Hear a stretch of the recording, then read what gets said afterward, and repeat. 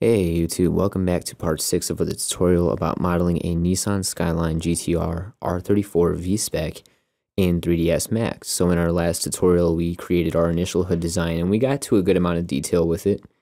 So what we're going to be doing in part 6 of this tutorial is we're just going to be going ahead and finishing up what we started, which involves essentially just straightening out a little bit of geometry. We're going to be adding a little bit more geometry to give our hood a little bit more depth and realism, as well as just creating that small piece of vent mesh that sits on top of one side of the Skyline R34. So to begin, we're going to start moving some vertices to make our shape the most accurate that we can get, because remember, we're going to be going for photorealism with this tutorial.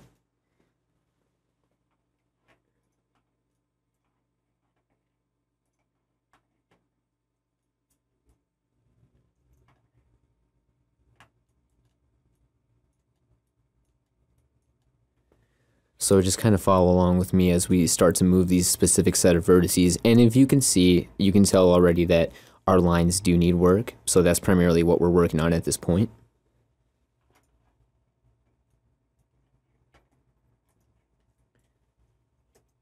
Press M to bring up the material editor, and please lower the opacity to 50%.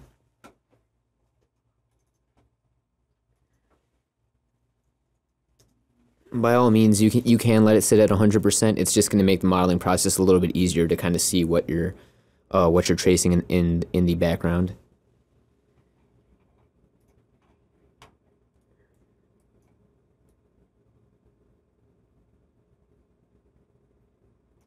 So I want that sitting right at the top of the headlight.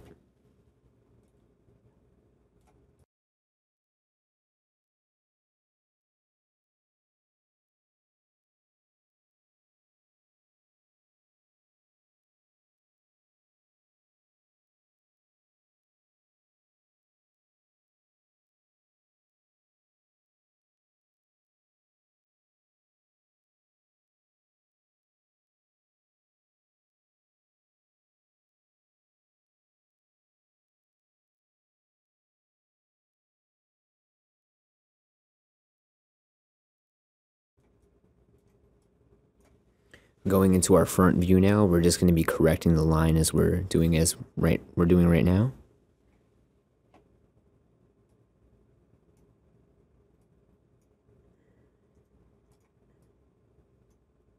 So again, anytime you move a set of vertices that you didn't want to, or you select something wrong, just go ahead and hit Control Z and it'll undo whatever you last did.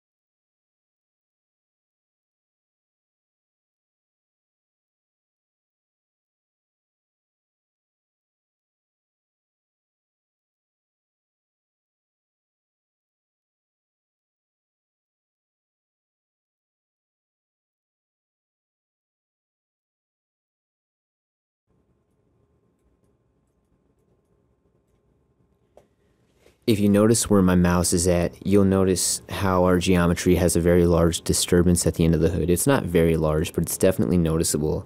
Now, the main reason for this is because when you look at our mesh, you see how right in that area, it's like just a straight line going from the small dip in the hood to the edge of the fender. Now, 3ds Max does not, because it's a software, it doesn't understand that you want that rounded, so you have to pretty much explain that by adding more lines and creating more roundness in the actual geometry. So to basically correct that, what you're just going to do is go into edge selection, and we're going to connect a few of these edges, and we're just going to move the vertices up slightly. So if you want to follow ahead,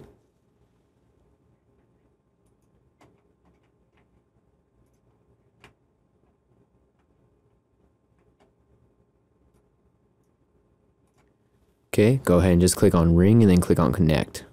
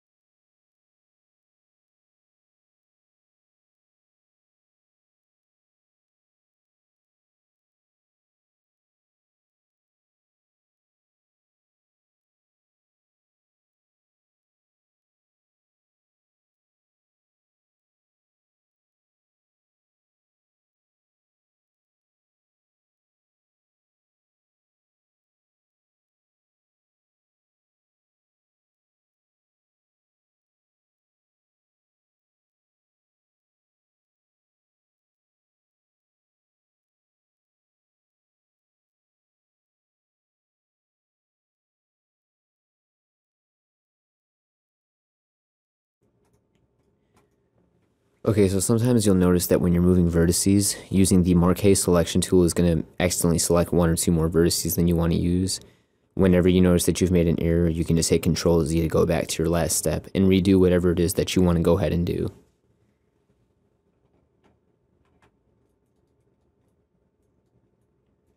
So I'm really just trying to go in and get this line very correct and straight because it is very key that we have that good, as it's going to be mating to our fender directly.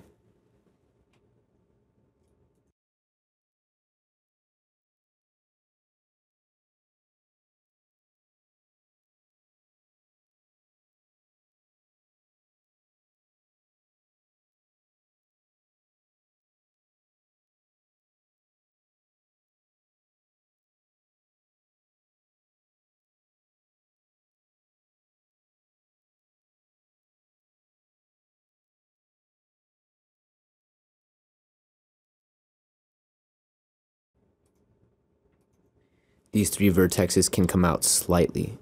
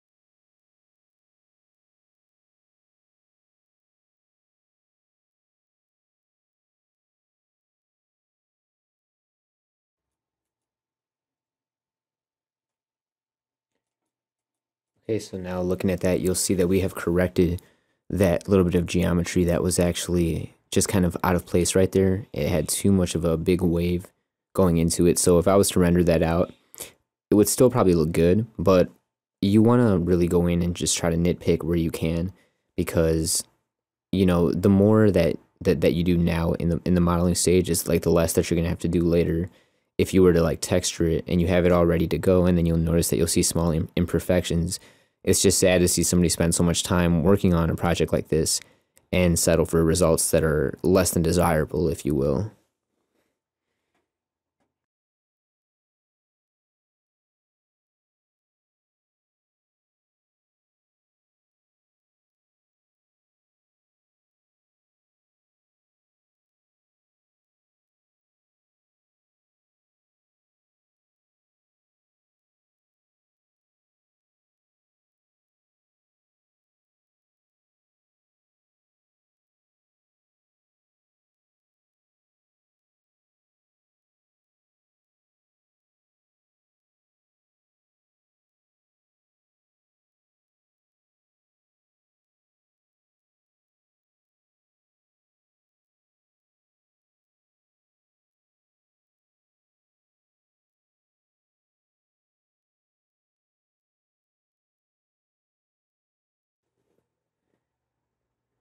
So now if you look at our hood design, you'll notice that we have a much cleaner effect, and we're actually ready to just begin finalizing it by adding that small triangle mesh.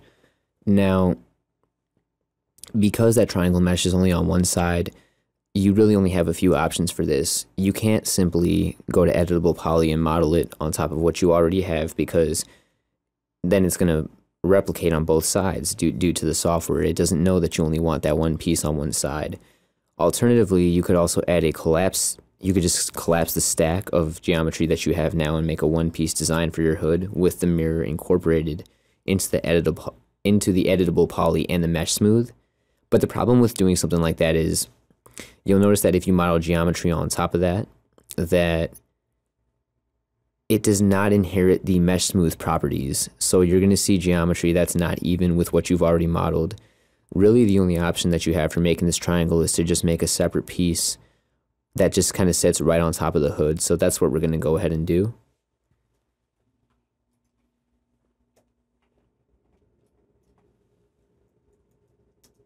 Go ahead and lower the opacity to 50%.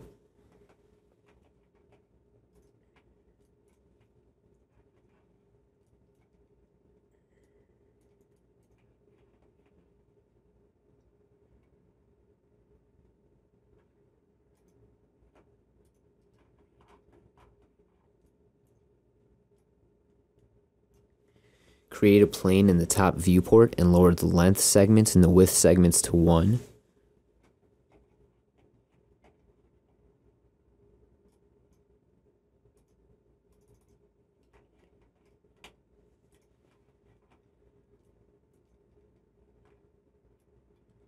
Now you're going to grab this plane in your left view and slide it all the way up so that it lines up with what we're making in the top view.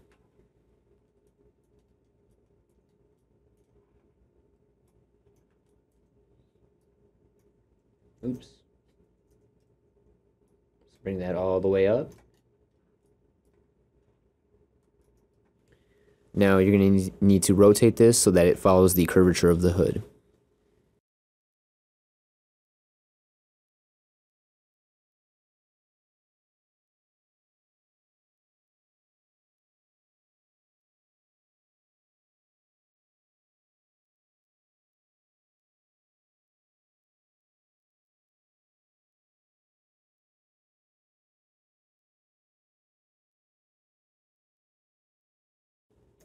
And I'm going to go ahead and raise our mesh opacity back up to 100% because I really want to see exactly where our hood scoop is going to be touching our hood. Because remember, if it's even off slightly, it will show, and that's not what we want.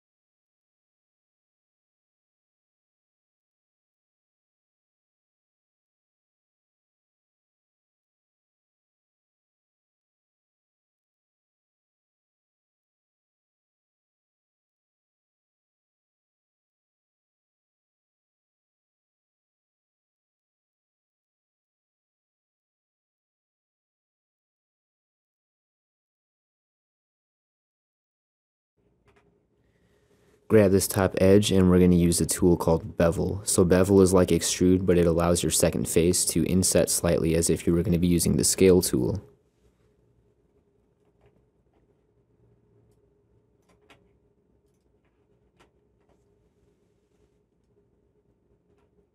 But before we do this, let's go ahead and make the shape of it.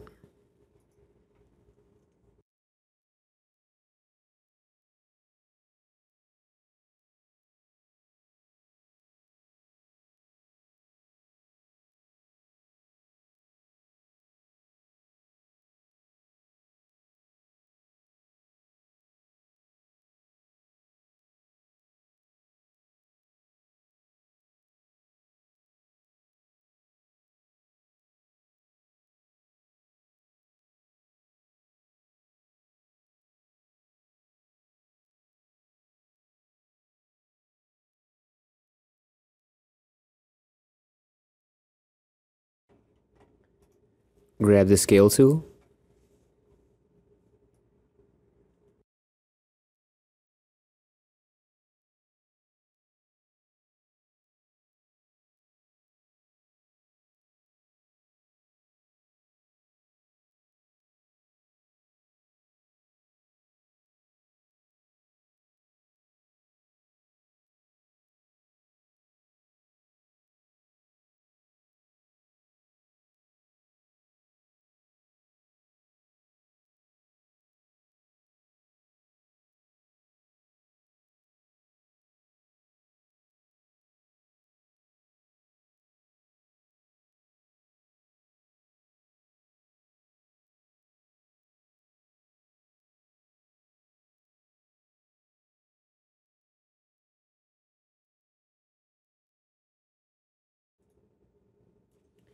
Whenever you have an object that's distorted that you'll notice that's happening in the perspective view, what you can do is you can just grab all of the vertices and you can go ahead and make sure you're in the top view and hit view align.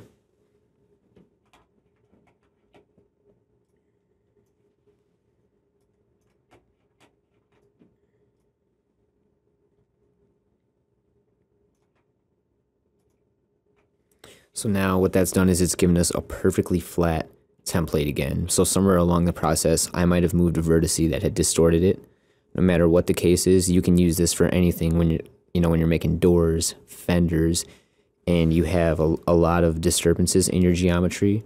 I think the best technique is to just use view align to get it flat again, and then try to remove some geometry, and then you can go back in and shape it again. And I would say about 95% of the time that works.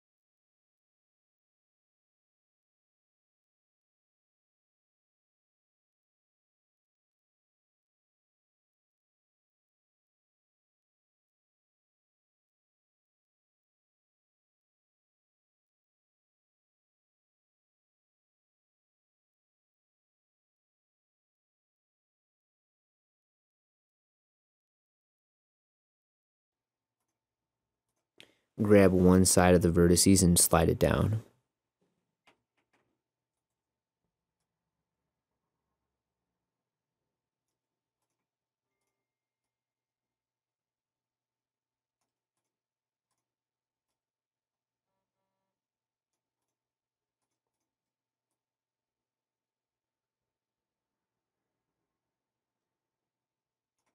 Right until it's just kind of touching on that actual mesh, because you have to realize, like, in real life when Nissan made this, they probably had fabricated it as a part of their hood, so it's going to be following the exact same geometry that your hood is going to be sitting on.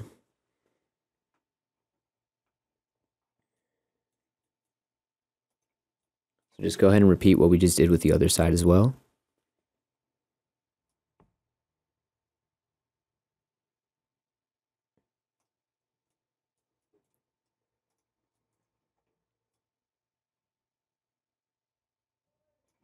So an easy way to line up vertexes is to just kind of like bring them below the mesh where you can see it protrude, and then bring it back up just a little bit so it's sitting right on the surface.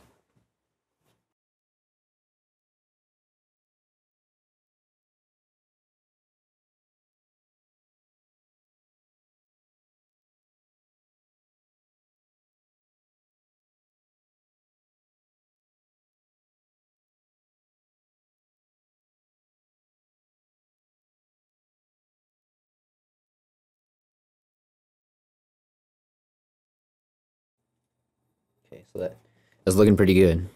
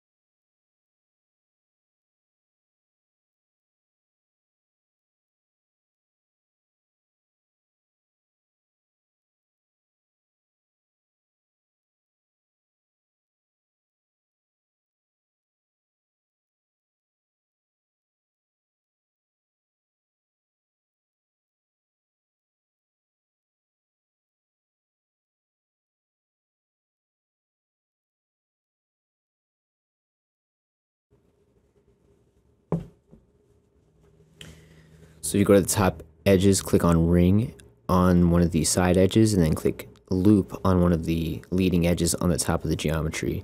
And we're going to go ahead and we're going to give these a very small chamfer just so that our edges stay at a sharp state.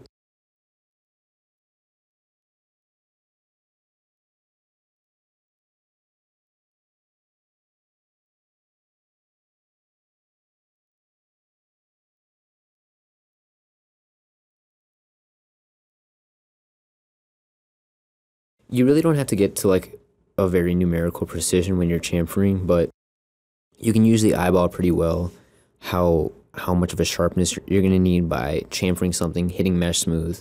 You know, and if it's not what you want, you can just go ahead and go back and then rechamfer it and see how it looks.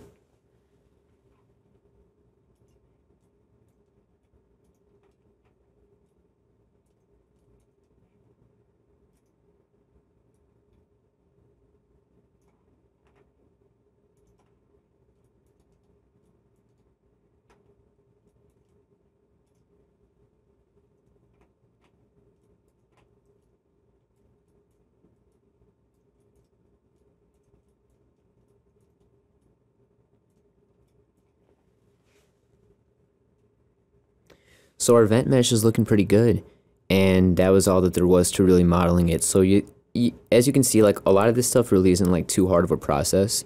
It's just that you have to just kind of be careful about how you're going about doing it and just be precise.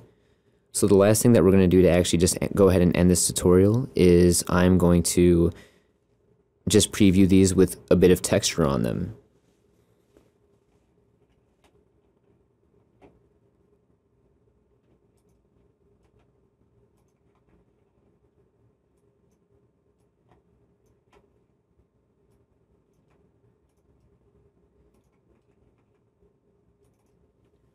Now, what I'm doing right now is not necessary, but if you did want to go ahead and follow me along with this, you can. I will actually show you guys the basics of texturing at the end of this tutorial when our car is modeled, but I'm just going to go ahead and just run a quick preview for this. So if you want to follow along, change your renderer to mental ray.